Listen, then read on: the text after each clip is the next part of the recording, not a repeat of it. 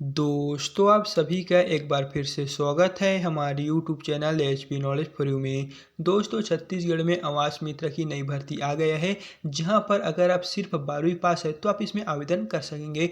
और वहीं इसमें आवेदन करने की प्रारंभ और अंतिम तिथि कब है, चयन प्रक्रिया किस प्रकार से होती है, आयु सीमा क्या रहने वाला है, और इसी के साथ ही इसमें जब आप फॉर्म भरेंगे तो इसमें आपसे शुल्क नहीं लिया जाएगा, यानी कि यह निःशुल्क है। तो दोस्तों आज की इस वीडियो में हम आपको इसी के बारे में बताने वाले हैं कि जो छत्तीसगढ़ में आवास मित्र की नई भर्ती आया है उसमें आपको आवेदन कैसे करना है, क्या प्रोसेस होने वाला है। इसी के बारे में हम आपको इस वीडियो में सारी की सारी इन्फॉर्मेशन बताने जा रहे हैं। तो इस नोटिफिकेशन में आपको देखने को मिलेगा जिसे संचालन है प्रधानमंत्री आवास योजना ग्रामीण नवा रायपुर अटल नगर छत्तीसगढ़ द्वारा प्रस्तुत किया गया है, जहां पर आपको विषय में देखने को मिलेगा प्रधानमंत्री आवास योजना ग्रामीण अंतर्गत आवास मित्र या समर्पित मानव संसाधन की सेवाओं के लिए की जाने वाली एवं मार्गदर्शिका प्रस्तुत करने के संबंध में इस नोटिफिकेशन को यानी कि जो आवास मित्र की नई भर्तियां हैं उसे जारी किया गया है। और वहीं आपको नीचे क्यों रहेंगे तो यहाँ पर आपको देखने को मिलेगा, तो आपको इस पीडीएफ को हम कैसे और कहाँ से डाउनलोड करना है वीडियो के एंड में बता देंगे, जहाँ से आप इस पीडीएफ को बड़े आसानी से डाउनलोड कर पाएंगे। तो आपको यहाँ पर जो मार्गदर्शिका दिया हुआ है वहाँ पर आपको देखने को मिलेगा प्रधानमंत्री आवास योजना ग्रामीण का जो मूल उद्देश्य है वो प्रदेश के सभी आवासहीन तथा बेघर परिवारों को माह एवं 2024 तक बुनियादी सुविधाओं से युक्त पक्का मकान उपलब्ध कराना है। योजना का उद्देश्य वर्ष 2024 तक आवासहीन परिवारों को साफ सुथरे रसोई घर के साथ साथ शौचालय युक्त मकान उपलब्ध करवाना है। और प्रदेश में वृहद स्तर तक यहाँ पर निर्मित की जाने वाली आवासों को ध्यान में रखते हुए हितग्राहियों को तकनीकी मार्गदर्शन एवं सामग्री की जो उपलब्धता है उसमें सहायता के दृष्टिकोण से यहाँ पर 150 हितग्राहियों के लिए क्लस्टर में एक समर्पित मानव संसाधन की सेवा लेने का निर्णय लिया गया है। और समर्पित मानव संसाधन को प्रति आवास पूर्णतः 1000 रुपये की प्रोत्साहन राशि दी जाएगी।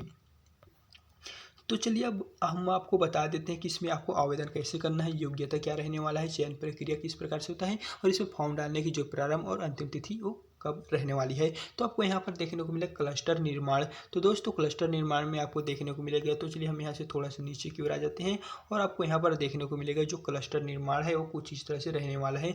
जिला पंचायत स्तर पर पंचायतवार आवास निर्माण के लक्ष्य को देखते हुए संबंधित जनपदवार पंचायतों को समूह में विभाजित कर क्लस्टर का निर्माण किया जाएगा। प्रत्येक समूह में एक समर्पित मानव संसाधन रखने का प्रयास किया जाएगा। और वहीं यहाँ पर आपको देखने को मिलेगा जो यहाँ पर आवास मित्र के लिए जब आप आवेदन करेंगे तो उसमें जो शैक्षणिक योग्यता रहने वाला है वो कुछ इस तरह से आपको देखने को मिलने वाला है। तो यहाँ पर जो शैक्षणिक योग्यता है वो यहाँ पर है बीई डिप्लोमा या 12वीं उत्तीर्ण, यानी दोस्तों यहाँ पर आपको बीई डिप्लोमा या फिर 12वीं उत्तीर्ण तीनों में से अगर आप कोई भी कैंडिडेट है तो आप इसमें फॉर्म भर सकेंगे। तो यहाँ पर उत्तीर्ण बेरोजगार युवा अभ्यर्थी समर्पित मानव संसाधन चयन के लिए पात्र होंगे।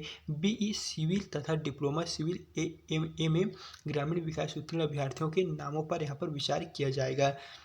और वहीं आपको देखने को मिलेगा समर्पित मानव संसाधन के चयन हेतु न्यूनतम जो शैक्षणिक अर्हता है वो 12वीं पास यहाँ पर रखा गया है। फिर है चयनित अभ्यर्थियों को उनके गृह ग्राम के क्लस्टर पर नियुक्त किया जाएगा, यानी कि जब आपको यहाँ पर इसमें भर्ती किया जाएगा तो आपको अपने गाँव में ही नियुक्त किया जाएगा। और अभ्यर्थी न मिलने पर समीप के क्लस्टर में सेवा दी जाएगी। फिर है समर्पित मानव संसाधन के रूप में जिला प्रशासन स्थानीय आवश्यकता अनुरूप पूर्व में कार्यरत आवास मित्र महिला स्व सहायता समूह के सदस्य बेयर फूड टेक्नीशियन बैंक सखी एवं अन्य अधीनस्थ यहाँ पर मामले का भी नियम अनुसार चयन कर सकते हैं। और वहीं आपको देखने को मिलेगा जो यहाँ पर चयन का आधार है वो कुछ इस तरह से रहने वाला है। जैसे कि यहाँ पर फर्स्ट में है अभ्यर्थियों का यहाँ पर जो चयन होगा वो 12वीं में प्राप्त अंकों के मेरिट बेस के आधार पर ही किया जाएगा। जैसे कि यहाँ पर आपको अगर आप 12वीं पास हैं तो आपका जो हायर सेकेंडरी परीक्षा में उत्तीर्ण होना चाहिए, यानी कि आपका 12वीं में न्यूनतम अंक 65 होना चाहिए, तभी आप इसमें फॉर्म भर पाएंगे। फिर है बीई या डिप्लोमा में अगर आप उत्तीर्ण है तो आपका जो अंक होना चाहिए वो 15 नंबर होना चाहिए। और पूर्व में अगर आप कार्यकृत एक आवास मित्र है तो आपका जो अंक होगा यहाँ पर 20 अंक होना चाहिए। और बेयर फूड टेक्नीशियन में है तो आपका अंक 10 नंबर होना चाहिए। और यहाँ पर महिला स्व सहायता समूह के सदस्य तथा बैंक सखी के लिए यहाँ पर 10 अंक होना चाहिए। इस तरह यहाँ पर चयन का आधार कुछ यहाँ पर दिया गया है। और वहीं नीचे की ओर आएंगे तो यहाँ पर आपको देखने को मिलेगा जो आवेदन की प्रक्रिया है, यानी कि जो फॉर्म भरना है वो किस तरह से यहाँ पर आवेदन किया जाएगा वो यहाँ पर है। जिला पंचायत द्वारा इच्छुक आवेदकों से आवेदन प्राप्त किया जाएगा। आवेदक अपने निवास क्षेत्र की जनपद पंचायत के लिए ही आवेदन कर सकेंगे, यानी कि आप इसमें अपने आसपास के लिए ही यहाँ पर आवेदन कर सकेंगे। जो यहाँ पर आयु दिया हुआ है समर्पित मानव संसाधन हेतु 18 वर्ष से 45 वर्ष की यहाँ पर आयु समूह के लिए अभ्यर्थी आवेदन कर सकेंगे। यानी कि अगर आपका उम्र 18 से दोस्तों यहाँ पर 45 वर्ष के बीच में है तो आप इसमें फॉर्म भरने के लिए एलिजिबल हो पाएंगे और आप इसमें फॉर्म भर पाएंगे।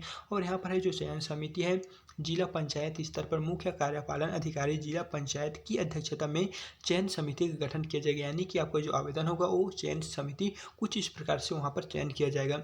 समिति में जिला पंचायत के परियोजना अधिकारी ग्रामीण विकास विभाग से या उनकी अनुपस्थिति में विभागीय समकक्ष अधिकारी सदस्य सचिव होंगे। समिति में कोई एक मुख्य कार्यपालन अधिकारी जनपद पंचायत एवं जिला पंचायत के लेखाधिकारी सदस्य होंगे। इस तरह जो यहाँ पर आपका चयन होगा वो दोस्तों कुछ इस तरह से आपको देखने को मिलने वाला है। एंड यहाँ पर जो प्रोत्साहन राशि है वो कुछ इस तरह से है, जैसे कि समर्पित मानव संसाधन को प्रति पूर्ण आवास के मान से निम्न अनुसार प्रोत्साहन दी जाएगी।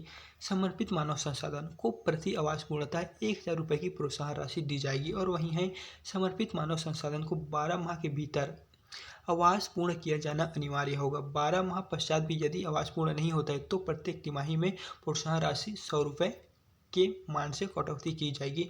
300 रुपये प्रति आवास पंजीयन जियो टैगिंग स्वीकृति प्रथम किस्त जारी तथा लेआउट होने के पश्चात यहाँ पर 300 रुपये प्रति आवास जियो टैगिंग गुणवत्ता युक्त आवास एवं राशि छत ढलाई पूर्ण होने के पश्चात। इस तरह आपको यहाँ पर जो प्रोत्साहन राशि है वो आपसे लिया जाएगा या फिर आपको दिया जाएगा।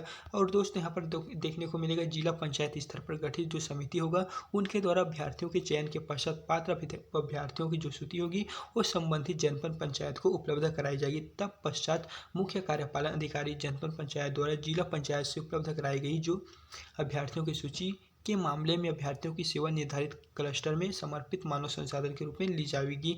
फिर यहाँ पर आपको देखने को मिलेगा राशि का भुगतान। तो राशि का भुगतान में यहाँ पर दिया हुआ है समर्पित मानव संसाधन को सेवा के बदले दी जाने वाली जो प्रोत्साहन राशि होगा वो योजना के अंतर्गत 1.7% के यहाँ पर कॉन्टीजेंसी में यहाँ पर मद से मुख्य कार्यपालन अधिकारी जनपद पंचायत द्वारा भुगतान किया जाएगा। और वही जो समयावधि है समर्पित मानव संसाधन को 12 माह के भीतर आवास पूर्ण किया जाना अनिवार्य होगा। 12 माह पश्चात भी यदि आवास पूर्ण नहीं होता है तो प्रत्येक तिमाही में प्रोत्साहन राशि 100 रुपये के मान से कटौती की जाएगी। अवधि की जो गणना होगी वो समर्पित मानव संसाधन के लिए कार्य प्रारंभ होने की अवधि की गणना प्रथम किस्त की राशि जारी होने के साथ ही की जाएगी। और साथ ही यहाँ पर आपको जो मार्गदर्शिता के अनुसार समर्पित मानव संसाधन को 12 माह के भीतर आवास पूर्ण किया जाना अनिवार्य होगा तो प्रत्येक तिमाही में जो प्रोत्साहन राशि में से 100 रुपये के मान से यहाँ पर कटौती की जाएगी। तो दोस्तों ये था जो यहाँ पर छत्तीसगढ़ द्वारा यहाँ पर छत्तीसगढ़ में आवास मित्र के यहाँ पर पदों पर भर्ती किया जाने वाला है उनके बारे में है नोटिफिकेशन। एंड इस पीडीएफ को हम टेलीग्राम में प्रोवाइड कर देंगे जहाँ से आप बड़ी आसानी से इस पीडीएफ को डाउनलोड कर पाएंगे। एंड इसमें जो जो आपको दिया हुआ है आवेदन कैसे करना है चयन प्रक्रिया किस प्रकार से होता है इसके बारे में आप संपूर्ण जानकारी इस पीडीएफ के माध्यम से प्राप्त कर सकते हैं। एंड इस वीडियो को देखने के बाद आपको पता चल गया होगा कि इसमें आपको फॉर्म कैसे डालना है, क्या क्या योग्यता रहने वाला है, आईवीसी में क्या होगा और चयन प्रक्रिया इसमें किस प्रकार से होती है। एंड अगर आपको फिर भी किसी भी तरह का इससे जुड़ी कोई प्रॉब्लम है तो आप हमें कमेंट बॉक्स में कमेंट कर सकते हैं या फिर आप हमें इंस्टाग्राम फेसबुक पर डीएम कर सकते हैं। हम वहाँ पर आपको सभी सवालों के कंप्लीट आंसर प्रोवाइड कर देंगे। तो चलिए फिर मिलते हैं इसी तरह के एक नए वीडियो के साथ।